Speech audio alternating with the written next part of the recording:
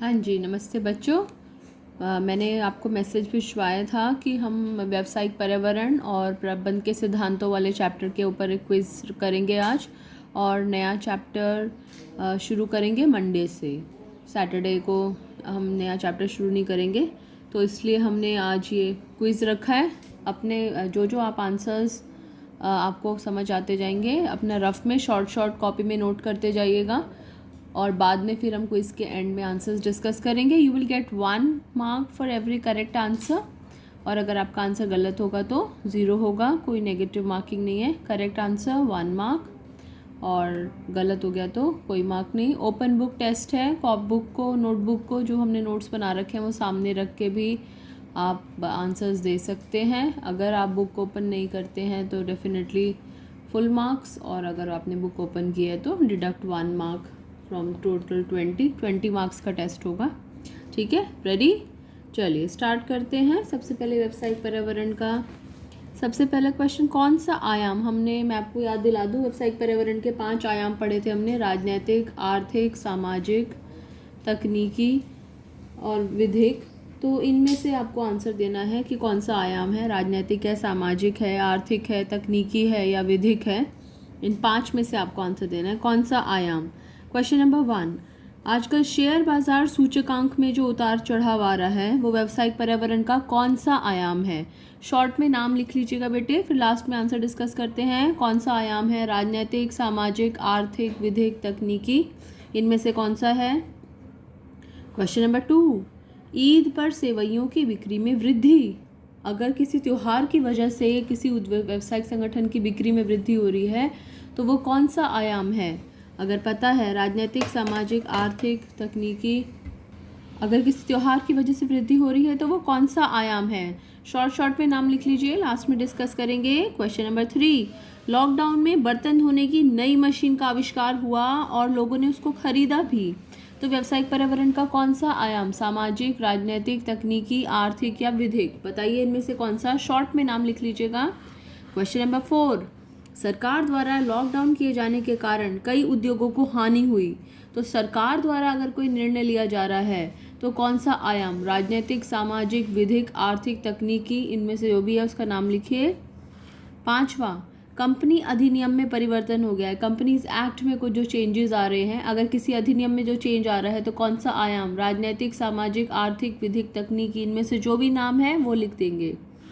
Question number 6, लोगों का स्वास्थ्यवर्धक भोजन की तरफ बढ़ता रुझान, स्वास्थ्यवर्धक भोजन की तरफ उनका रुझान बढ़ता चला जा रहा है, तो ये व्यावसायिक पर्यावरण का कौन सा आयाम है, कौन सा डायमेंशन है जो इसको दर्शा रहा है। उनमें से नाम लिखिए। ठीक है, आगे डिस्कस करते हैं।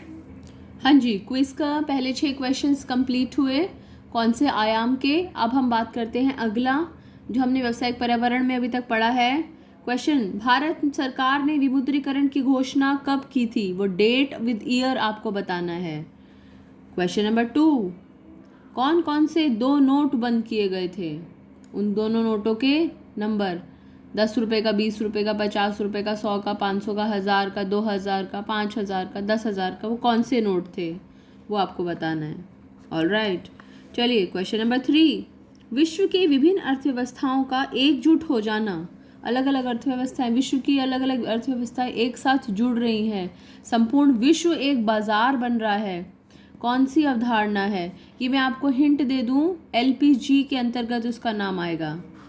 क्वेश्चन नंबर 4, राष्ट्र निर्माण की प्रक्रिया में निजी क्षेत्रों की भूमिका को बढ़ाना क्या कहलाता है। निजी क्षेत्रों की भूमिका को बढ़ाना, अगर निजी क्षेत्रों की भूमिका बढ़ती है तो वो क्या कहलाती है। अगर हम निजी क्षेत्रों को ज़्यादा भूमिका देते हैं, सार्वजनिक क्षेत्र की भूमिका कम करते जाते हैं, तो वो क्या कहलाता है, LPG की नीति के तहत।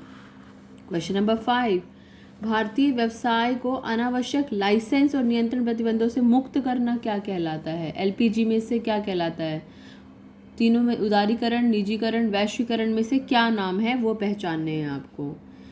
चलिए 5 में से देखते हैं आपको कितने क्वेश्चन के आंसर सही आते हैं, आगे डिस्कस करते हैं। अभी तक का तो हमारा क्विज हमारे बिजनेस एनवायरनमेंट, व्यावसायिक पर्यावरण वाले चैप्टर पे फोकस था। अब देखते हैं आपको पिछला कितना याद है।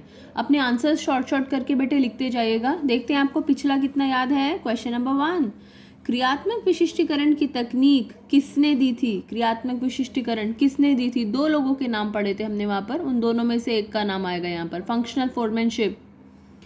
क्वेश्चन नंबर 2 लिख लो फटाफट उसका नाम। देन क्वेश्चन नंबर 2, क्रियात्मक विशिष्टीकरण में कारखाने को कितने भागों में बांटा जाता था? सोचिए, हमने वो डायग्राम बनाया था, पूरे कारखाने को कितने हिस्सों में विभाजित किया था, फिर हर हिस्से में 4-4 फोरमैन थे। मैंने आपको हिंट दिया है, हर हिस्से में 4-4 फोरमैन थे, तो कितने हिस्सों में बांटा गया था कि वो 4-4 फोरमैन रखे गए थे? ओके। क्वेश्चन नंबर 3, जाति, धर्म, लिंग, राष्ट्रीयता और भाषा के आधार पर कर्मचारियों में मतभेद नहीं होना चाहिए। ये प्रबंध का कौन सा सिद्धांत है? इसका नाम फटाफट अपनी रफ कॉपी में नोट कर लीजिए, फिर देखते हैं इसका आंसर। क्वेश्चन नंबर 4, प्रबंध का सिद्धांत हर तरह के संगठन में, संगठन के हर स्तर पर, हर तरह के संगठन में, संगठन के हर स्तर पर, ये प्रबंध के सिद्धांत कि कौन, सॉरी इसमें there is some problem in this question.